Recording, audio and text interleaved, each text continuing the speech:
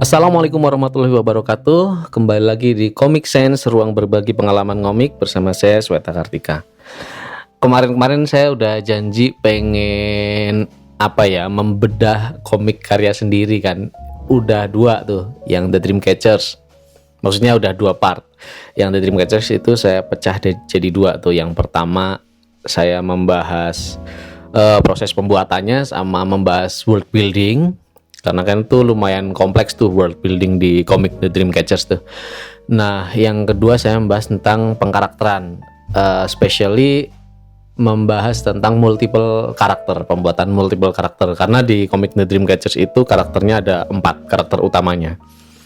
Nah, yang berikutnya ini biar urutan gitu, timelinenya urutan. Karena setelah The Dreamcatchers itu saya langsung membuat komik Wanara di tahun yang sama terbitnya itu. Nah, saya pengen sekarang membahas tentang komik Wanara. Ini sebetulnya banyak yang bisa dibahas sih kalau di komik Wanara, tapi satu-satu dulu lah. Yang pertama saya akan cerita tentang sejarah dulu ya, kenapa saya bikin komik Wanara. Komik Wanara ini lucu-lucu, aneh sebetulnya, karena dulu kan begini, saya itu punya 4 orang teman kuliahan yang tune in lah, istilahnya ya, nyambung lah selama kuliah gitu. Yang pertama ada Bima Nurin, yang kedua ada Habibie Putranto yang bikin komik Bibo, satu lagi Dian Effendi. Kami berempat itu waktu tugas kuliah tingkat berapa ya, tingkat 3 kalau nggak salah. Tingkat 3 itu ada tugas kuliah DKV spesialisasinya apa ya, waktu itu saya lupa sub kuliahnya itu apa, tapi intinya tugasnya itu berkelompok. Nah, kami itu satu kelompok karena emang teman main lah, deket gitu, biasa nyambung gitu kalau ngobrol berempat, tambah ada 2 orang lagi partner. Kita itu bikin tugas kuliah bareng dengan ngangkat tema Wayang Golek Strikes Back waktu itu tahun 2007-an lah itu. Nah, singkat cerita nyambung. Nah, sepanjang mengerjakan itu proyek, akhirnya saya lupa siapa yang mencetuskan gitu, tapi kita berempat jadi bikin nama gitu buat gengnya, namanya Geng Wanara. Itu lanjut terus sampai kita lulus. Waktu udah lulus itu kita sempat pencar masing-masing. Saya pulang kampung, selama 1 tahun saya jadi ilustrator novel tuh. Yang lain pisah-pisah. Bima kerja di kerja di graphic house, Habibie juga di graphic house kalau nggak salah, saya lupa. Bima di majalah, Habibie di graphic house, Dian itu di agensi iklan. Nah, kami selama berpisah itu ngerasa, waktu itu saya sempat kerja juga di agensi, akhirnya memutuskan untuk kerja di agensi di Jakarta. Terus ngerasa, wah ini kayaknya semangat mainnya tuh kurang gitu setelah kita pencar bekerja di kantor. Kayak seru zaman dulu deh waktu masih main berempat gitu. Akhirnya memutuskan untuk resign. Nggak barengan sih, cuman waktu itu udah ada gagasan atau ide untuk membuat embrio Wanara Studio. Jadi kita bikin yuk, dulu kan cuma geng-gengan Wanara gitu. Kayaknya seru deh kalau kita tuh bikin, ya itu tadi studio, tapi ya kita main-main aja gitu di situ. Kita bikin lah istilahnya tempat bermain kami berempat gitu. Akhirnya diputuskan ya udah bikin aja Wanara Studio gitu. Akhirnya pada pulang ke Bandung. Singkat cerita pada pulang tuh, pada resign ngumpul di Bandung. Nah, di tahun 2010 ada satu momen penting yang kita nobatkan sebagai hari kelahiran Wanara Studio, yaitu pada momen Pasar Seni ITB 2010. Tanggalnya cantik banget tuh, 10 Oktober 2010. 10 gitu. Kita nyewa booth di situ, beli booth untuk beli stand lah ya, untuk dagang. Nah, disitulah kita mulai main-main bareng tuh, bikin kaos. Tapi produknya sebetulnya produk grafis. Kita tuh kan seneng gambar, seneng ngulik tipografis. Tapi semuanya itu berbasis pada pengembangan visual seni tradisi Nusantara, yang waktu itu masih seputar ragam hias Jawa. Jadi kayak wayang, seni ukir wayang, ornamen ukir Jawa, ada batik juga, tipografi ya aksara Jawa gitu. Masih seputar itu karena memang yang budaya yang dekat dan sumber sumber bukunya ya, sumber datanya juga banyak dijumpai, lebih banyak dijumpai ketimbang suku lain. Nah, akhirnya kita ngulik di situ, terus produknya kita buat, outputnya itu ya ini kaos, pokoknya sesuatu yang bisa kita pakai sih. Ada kaos, ada tote bag, kayak gitu contoh-contohnya. Kita bikin macam-macam produknya, kita jual di Pasar Seni ITB. Nah, waktu itu teman-teman Wanara tuh mereka usul gimana kalau kita bikin company profile tapi bentuknya jangan company profile gitu, gimana ya, jangan buku yang kaku gitu, bikinnya komik bisa nggak ya gitu. Karena saya komikus yang diandalkan di Regu itu, sebetulnya Bima bisa ngomik tapi saya yang ditugasi lah, bikinin dong komik Wanara gitu. Akhirnya kami berembuk, terus gimana dong komiknya? Wah, berembuk berempat, komiknya superhero aja, jadi kita berempat jadi superhero, tapi jangan superhero yang kayak Spider-Man, jangan kayak Superman, superhero yang Indonesia. Nah, waktu itu ini yang mendasari menjadi landasan pembuatan karakter superhero dengan cara membedah makna superhero dalam konstelasi ini budaya Jawa ya, terutama karena ya sepengetahuan kami sih. Akhirnya saya kan kepikirannya superhero ya, kita pakai kostum superhero gitu, tapi direnungi nggak gitu. Akhirnya ini yang kemudian menjadi embrio dari narasi cerita Wanara komik ya. Waktu itu kita pengen ketika kita meriset superhero, yang kita cari dulu pertama adalah makna dari kesatria itu sendiri seperti apa, kesatria atau pembela kebenaran lah ya. Kalau merujuk pada superhero luar, mereka tuh kan ya, ini diskusi kami berempat.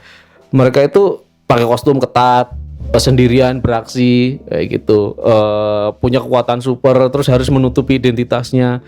Kita jabarin semua tuh nilai-nilai atau value dari superhero secara umum gitu. Terus kalau kita coba aplikasikan ke Indonesia, ke karakter Indonesia, cocok nggak ya gitu? Saya lagi bayangin gitu. Kalau kita berempat terus pakai kostum ketat, lari-lari ngejar penjahat gitu, cocok nggak ya di Indonesia? Ketawa sendiri gitu akhirnya kita. Kayak nggak cocok deh gitu. Akhirnya terus kita coba ngulik, terus apa dong superhero Indonesia? Yaudah, kita sekarang cari tahu gitu. Setelah berembuk, akhirnya gini, konsep superhero yang kita usung harusnya membawa nilai-nilai kita sebagai kelompok.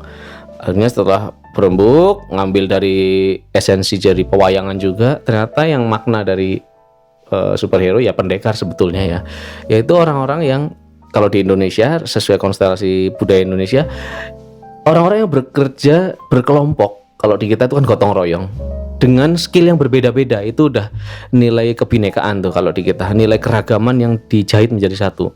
Oh iya ya, berarti ini kita berempat nih. Ya pas kan jadinya berempat bekerja sama dengan kondisi yang berbeda-beda, tapi kita bukan orang super, kita orang biasa, cuman punya nilai hidup yang super, yaitu membela kebenaran tadi. Akhirnya diputuskan ya udah, berarti yang membuat dia punya identitas itu topeng.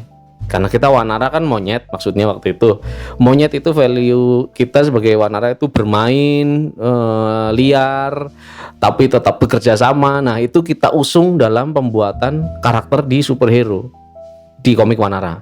Ada berempat itu, sebetulnya nggak superhero juga sih, jagoan lah. Nah, 4 orang yang ada di komik Wanara ya 4 orang kami ini. Jadi saya Sweta sebagai Seta, dihilangin W-nya tuh.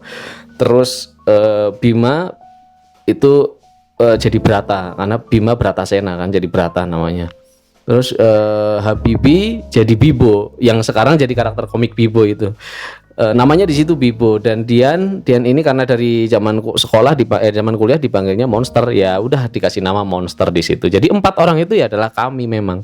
Tapi yang membuat identitasnya sama adalah topeng Wanaranya. Kenapa topeng Wanara? Itu topeng monyet sebetulnya. Kita bukan mendukung topeng monyet, tapi budaya topeng monyet itu terjadi di sekitar sini gitu, namanya topeng monyet. Dipakailah esensi topeng monyet untuk menopengi 4 karakter Wanara dengan jenis topeng yang berbeda-beda. Kapan-kapan sih bakal saya ulik, mungkin karena itu kan kami sedang berusaha membangkitkan lagi komik Wanara. Nanti mungkin akan ditayangkan di Karya Karsa. Di situ mungkin nanti kami akan ulik satu-satu, Seta itu topengnya kenapa begini, Brata kenapa begini, itu topeng jenis apa, nanti akan kami beberkan. Tapi bahwasanya untuk gambaran umum aja, itu 4 topeng dari 4 spesies monyet yang berbeda yang ada di Indonesia.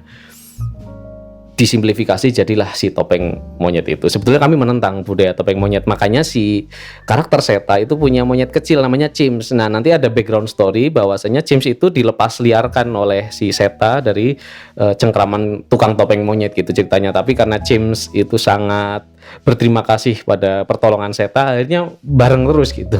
Tapi itu belum saya ungkap tuh di Komik Wanara, nanti kapan-kapan saya bikin side story-nya lah. Nah, dari situ sebetulnya Komik Wanara itu lucu aneh, karena tadinya cuma company profile tapi bentuknya komik 40 halaman. Nah, nyambung ke kemarin tuh tema tentang komik indie, itu kita cetak ya terbatas secara independen aja waktu itu, karena memang hanya untuk dijual di pasar seni. Kita tuh cuma cetak berapa ya, 40 atau 50 gitu ya, yang punya ya orang-orang itu aja, orang-orang 50 orang itu, sisanya nggak ada yang punya gitu. Kami kalau mau ya nyetak sendiri sekarang. Itu jadi semacam ya kitab pertamanya Wanara. Nah, akhirnya terus komik itu jadi 40 halaman, ngebut itu saya bikinnya, temanya superhero dengan mengangkat value kelokalan maksudnya isu-isu yang sedang berlangsung di Indonesia ya. Singkat itu 40, ya udah jadilah Komik Wanara generasi 0. Nah, gitu. Itu tahun 2010 Oktober. Nah, di tahun 2010 juga akhir September kalau nggak salah, November itu saya dikontak sama, waktu itu ada webkomik yang akan terbit namanya Mako, yang ngontak saya Sanigo sekarang tuh bapaknya Cosmic lah. Si Sani ngontak saya, belum saling kenal kami, dan bahkan komik saya belum rilis. Tapi saya nggak tahu kenapa si Sani itu ngontak saya, nanyain mau nggak lu bikin komik bareng gua mau bikin website komik kayak gitu, namanya Mako. Kalau mau datang ke Jakarta, waktu itu kan di Bandung posisi saya, datang ke Jakarta bawa proposal komik kayak gitu. Nah, saya bawa 2 proposal. Yang pertama itu komik Serentium, yang kedua ya Komik Wanara itu. Padahal Komik Wanara yang saya bawa ya Komik Wanara yang simple itu, yang tadinya saya jual di pasar seni, saya bawa. Langsung dipilih ini Wanara aja, tapi ini musuhnya apa? Wah, panik juga tuh, saya belum pernah bikin musuhnya, orang itu company profile, nggak niat bikin cerita gitu. Akhirnya di-expand lah, mulailah dari titik itu di-expand universe-nya. Saya bikin konflik utama, saya bikin preview story atau background story, saya bikin goal nantinya ke depan. Itu butuh waktu bertahun-tahun sebetulnya. Tapi embrionya ya dipikirkan pada saat itu gitu. Artinya saya udah nanti saya pengen kedepannya akan muncul karakter-karakter ini, saya simpan. Saya pengen di masa lalu dari universe ini ada karakter-karakter ini, saya simpan juga gitu. Itu jadi akhirnya 4 Wanara ini muncul dengan timeline posisinya itu di present days, hari ini gitu. Tapi ada past year-nya ya, ada tahun-tahun sebelumnya di mana ada superhero lain yang sudah pernah berjaya di era itu, yaitu 5 Mandala itu.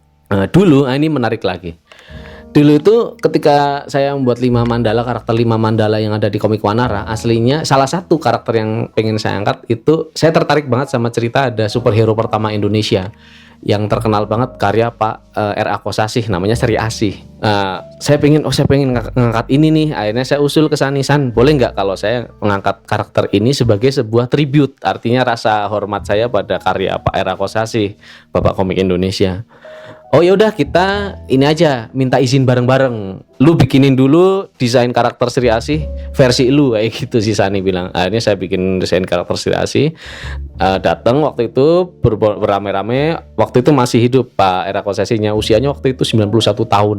Kami datang ke rumahnya. Nah, kebetulan di situ ada Mas Andi Wijaya yang sekarang jadi ya suhunya Bumi Langit. Waktu itu minta izin, boleh nggak kalau karakter ini kami angkat di Komik Wanara tapi sebagai tribute. Artinya tidak ngambil komik itu, tidak ngambil karakter itu, kita hanya nempelin gitu.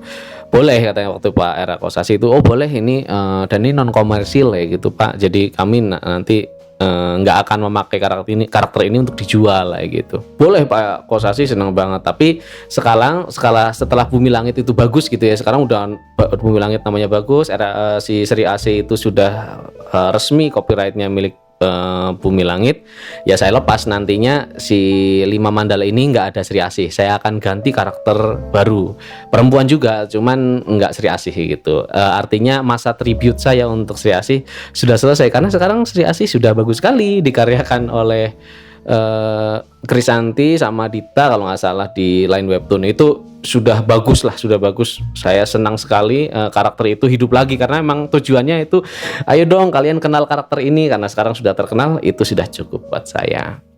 Mungkin itu sih yang bisa saya bagi untuk pertama tentang asal muasal komik Wanara dan ya perjalanannya.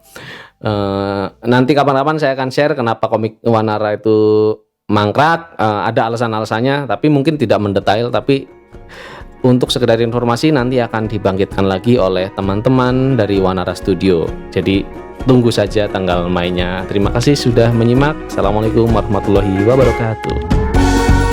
Podcast ini didukung oleh monkeymelody.com dan menjadi bagian dari suarabaik.id.